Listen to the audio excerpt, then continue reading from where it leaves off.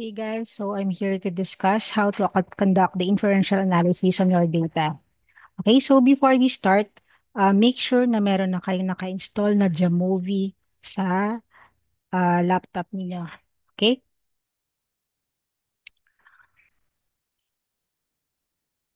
Okay, so I'll start with the problem. Okay?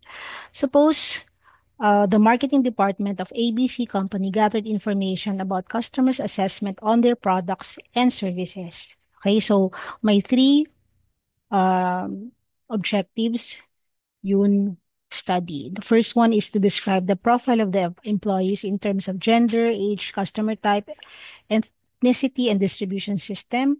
Number two, um, testing if there are significant differences on the customer's ratings on product quality, satisfaction, likely to recommend along gender, age, customer type, ethnicity, and distribution system. And thirdly, to test if there's a significant relationship between satisfaction with product quality, complaint resolution, and delivery speed.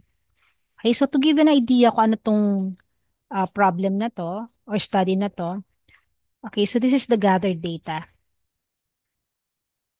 Okay, ayan. So makakita ninyo, dito sa data natin, which is saved in Excel or in Excel format, um, the first five columns pertains to your profile variables. Okay, so you have here the gender, age, customer type, ethnicity, distribution system. So naka-coding siya. Kumbaga, code yung mga in-input para mas madaling matali yung data. So these are the codes used. Ayan. So for the distribution system, one is for direct to customer, number two is indirect. For the gender, gumamit ng one for male, two for female. Ang age is in ranges. So number one, pag less than 30 years old, yun respondent. Number two, pag between 30 to 39. Three is for 40 to 49. Four is 50 to 59. And five for 60 and above. Customer type is also classified as this one. Siguro ito yun kung gaano nakatagal as customer. Yung respondent. One is for below 1 year, two is for 1 to 5 years, and three for more than 5 years na. And then, also the respondents were classified according to ethnicity. One is for Black, two white, three Asian, and four is for the Latino. Again, we go back to the data. So the first five variables are the profile variables. And then makikita natin dito yung mga susunod na mga columns. These are the variables na measure or the ratings. Ratings on product quality.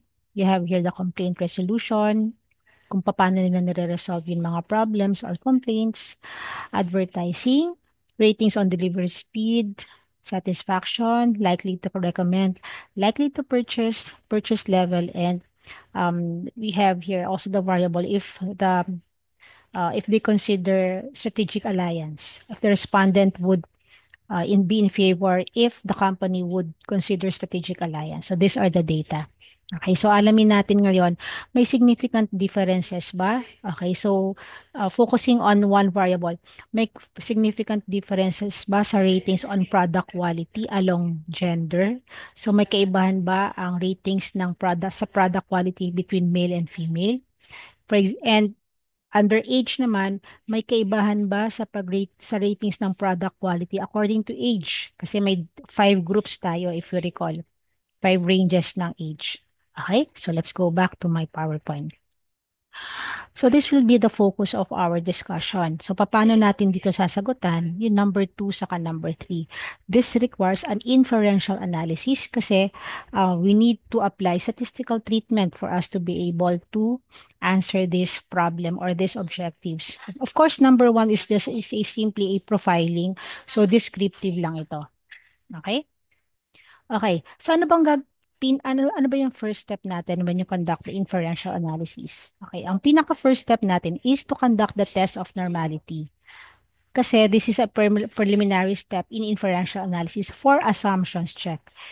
If you recall, pag gagamit tayo ng parametric method, isang importanteng assumption niya is that your data should be normally distributed. Otherwise, pag hindi siya normally distributed, we use the non-parametric method. That is why, ang pinaka-first step natin before the conduct of inferential analysis or before the application of your statistical treatment is to test the normality. Bakit kailangan natin i-test ang normality? Or ano ba yung test of normality? Okay, when you say normally distributed, a normally distributed data has no presence of extreme values or outliers. So walang presence ng mga extremely high or extremely low value. Number two, if your data is normally distributed, this warrants the use of your parametric methods. Kasi nga, isa sa assumption ng parametric method is dapat ang data mo normally distributed. Okay, so pag normally distributed, ibig sabihin pwede tayong gumamit ng parametric method. Otherwise, non-parametric method ang gagamitin natin. Okay, so paano natin malalaman kung normally distributed? So meron tayong tatlong test. We have the Anderson-Darling, we have the Kolmogorov-Smirnov, which is preferable if your sample is more than 200, and you have your Shapiro-Wilk test if your sample is less than 100. So itong tatlong test of normality na to, makikita natin to sa Jamovi. Okay? And when do we know kung normally distributed? Of course, we have this decision rule. Okay na the data is normally distributed if p-value is greater than the level of significance. Usually guys, sa test of normality, ang binibigay niya is the value of your p or the p-value. And the level of significance is madalas sineset sa 5% or 0.05. Again, let us remember that the data is normally distributed if the p-value is greater than 0.05. Okay, let's have an example or let's illustrate. Suppose we have this data, ano? Okay? So meron tayong data ng job satisfaction and meron tayong behavioral score. So titingin lang tayo dito sa p-value. Okay? This is the result of the test of normality.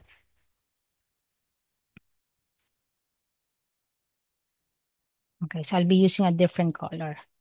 Okay? Suppose dito sa job satisfaction index score, ang p-value ng test of normality niya is 0.073. 0.073. Okay? So, balikan natin decision rule. Sabi dito, data is normally distributed if the p-value is greater than 0.05. Okay? Is your p-value is 0.05 greater than 0.07, rather, greater than 0.05?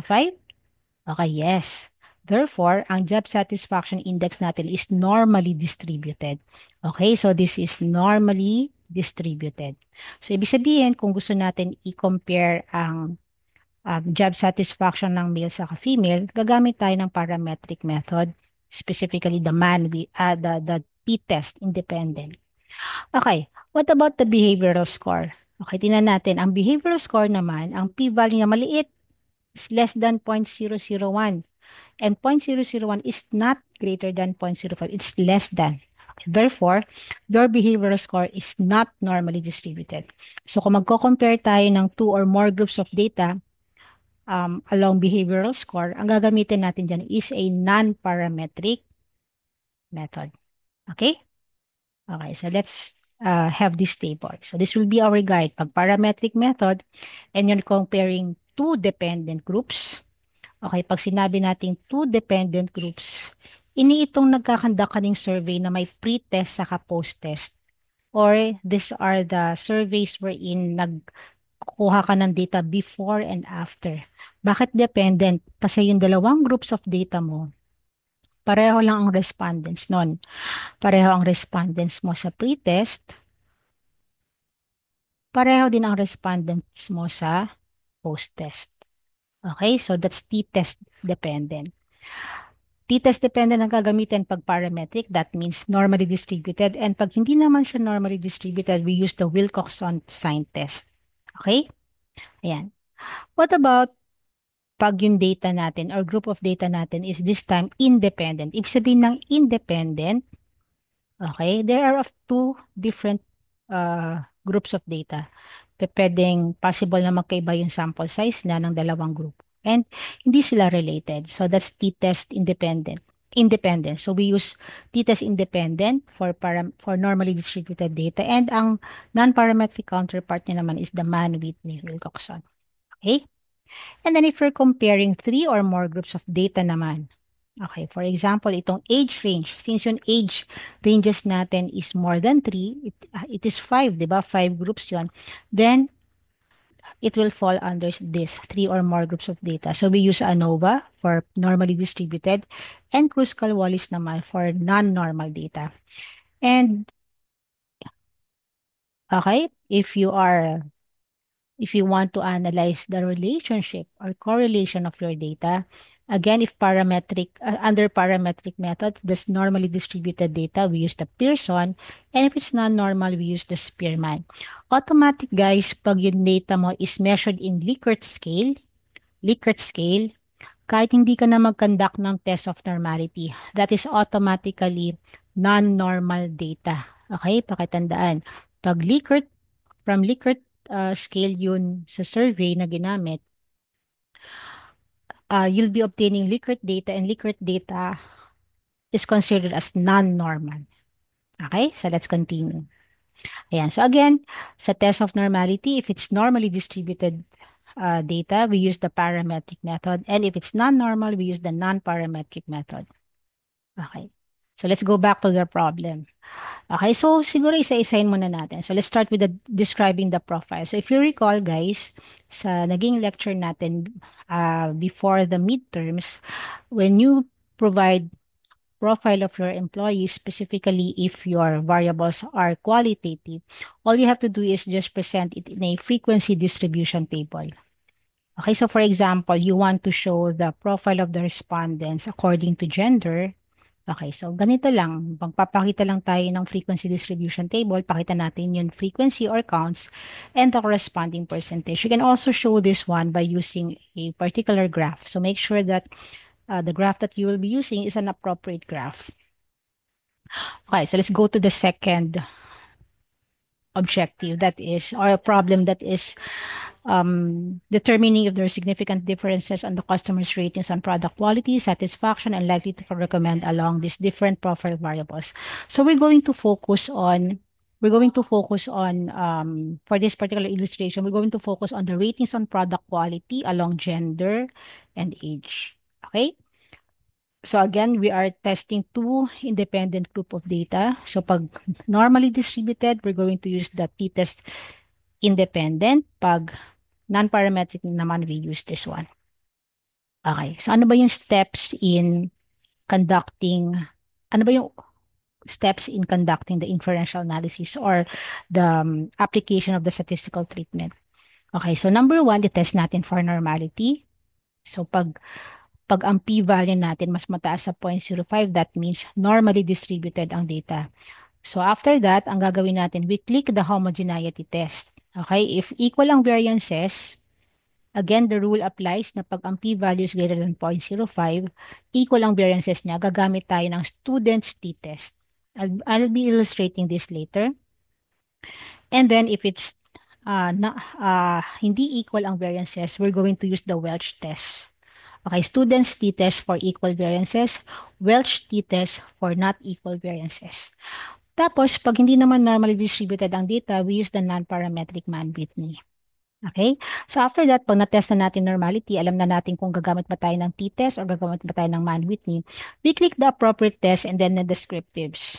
Okay? And then, pag nakuha na natin yung result, we compare the p-value with 0.05 and then we make the necessary conclusion. So if the p-value is less than 0.05, there is significant difference. Okay, if the p-value is greater than 0.05, there is no significant difference. Okay, let's illustrate that. Okay, so I'll be opening my Jamovi. Okay, so again, make sure that you have installed your Jamovi in your laptop. And also, make sure na yung data natin has been initially opened also. Ayan, specifically dito. Okay, makakita ninyo yung arrangement ng data natin. Ang first row natin, nandun yung mga variables. First row should be your variable name. Ayan, so open na yung Excel natin. Let's go back to your Jamovi. Okay, note, dito sa Jamovi, yung upper left na tatlong lines, you click that. So kukunin lang natin yung data. I-import natin yung data. Tapos open, and then browse. Browse lang natin. Okay, and then, okay, so, yan. And then we open.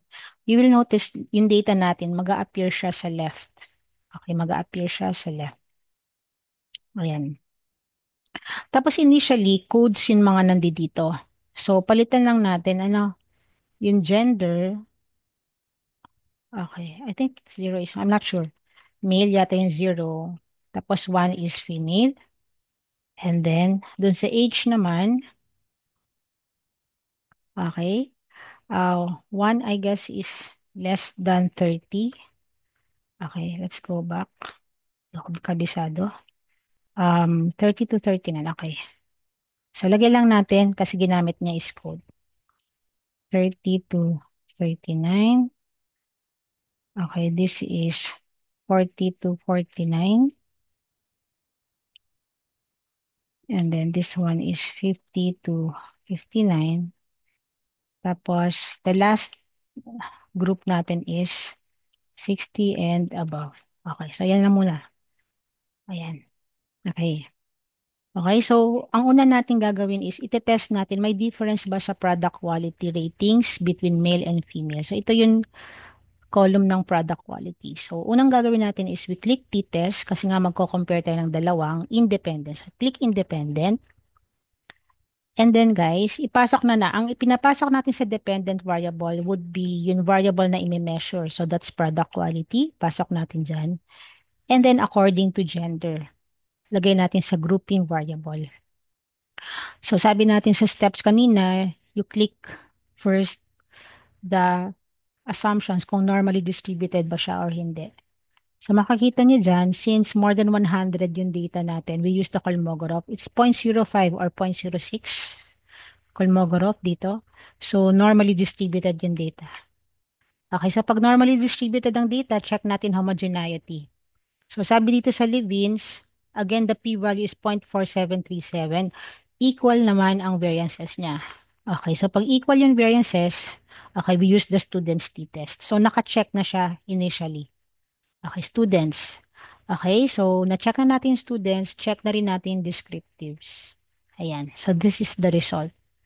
So makakita natin yung p-value which is 0.9522. So I'll go back to my PowerPoint para mas malaki ang makita natin. Ayan, so initially, nag-test tayo ng normality. 0.06 is greater than 0.05, therefore normally distributed. So okay, nagagamit tayo ng student's t-test. So ito yung naging result niya. Okay, so the p-value is 0.9522. So going back to our decision rule, sabi natin sa decision rule, there is significant difference. Okay,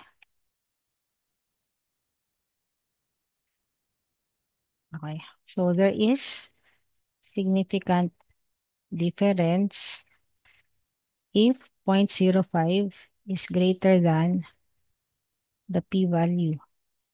Okay? So, dagdag lang natin to para meron tayong guide in our analysis. I'll put this down.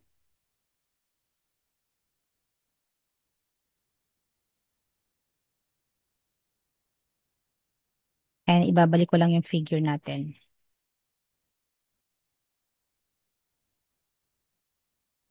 Okay?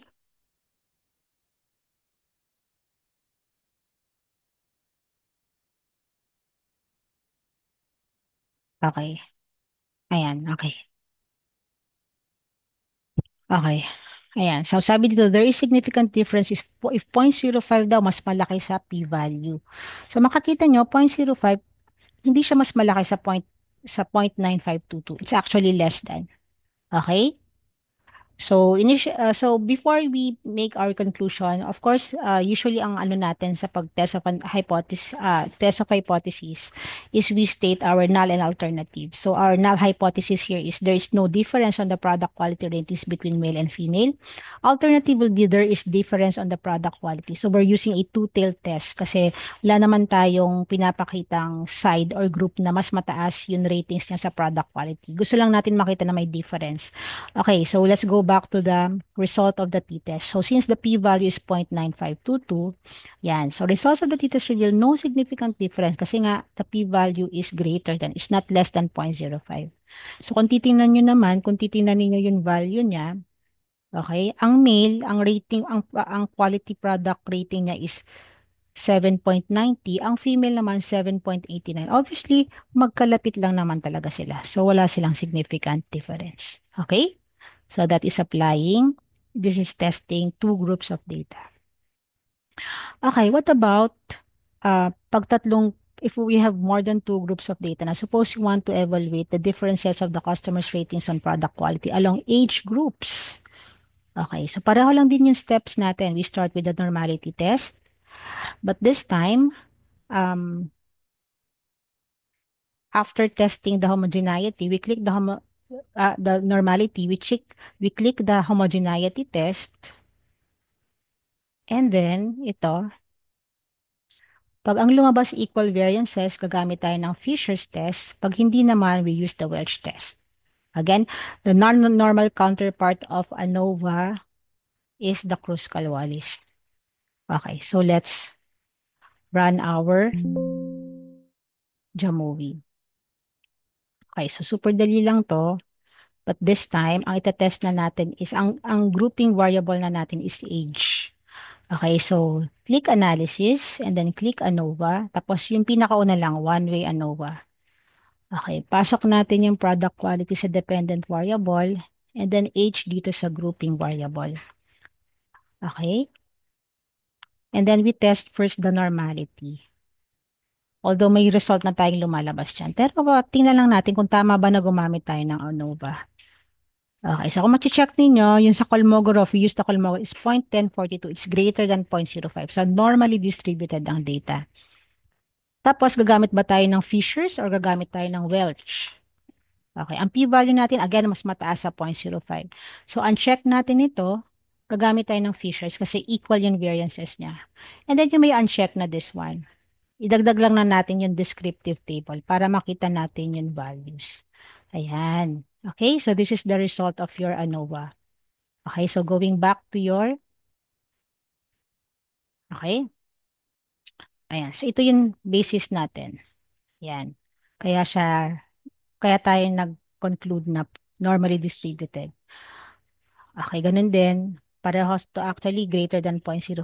So, equal yung variances, we use the Fishers. Okay, so ito na tayo. Okay, so ang lumabas na p-value is 0.3089.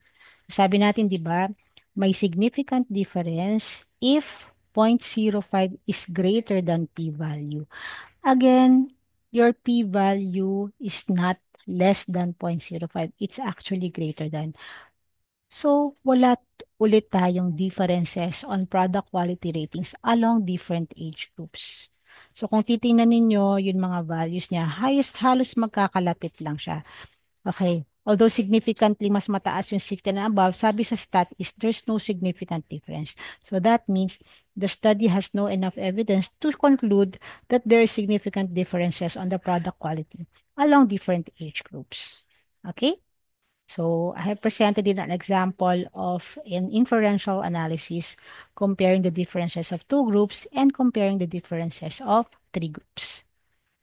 Okay, so for, for your drill, you might want to try, may significant differences ba along distribution system sa ratings ng product quality? What do you think given this result? Tingnan natin. Okay, PIVA. Assuming na lang natin, ang assumption na lang natin dito is normally distributed and equal yung variances. Tingnan niyo, the p-value is very small and it's less than 0.05. So, 0.05 is greater than the p-value. Therefore, there is significant difference between on the product ratings on product quality between these two groups, direct to customers and indirect. And makikita natin na mas mataas ang ratings ng direct to customers. So you can actually add that to your interpretation na the ratings on product quality of the group of the distribution system under direct to customers is significantly higher than the ratings of the product quality given by the group of those who have indirect distribution system. Ayan. Okay, similarly, kung along ethnicity naman, okay, this is applying ANOVA kasi you have three or more groups of data. Kita natin, ang p-value is not it's again greater than 0.05. So para may significant difference, dapat 0.05 should be greater than p-value. So ito, since mas mataas siya sa 0.05, therefore, no significant differences. Okay, no significant. Halos pare-pareho lang yung value niya. Magkakalapit lang siya. Okay? So I hope na gets ninyo kung paano mag-conduct ng inferential analysis in comparing two or more groups of data. So good luck sa activity ninyo. Thank you guys.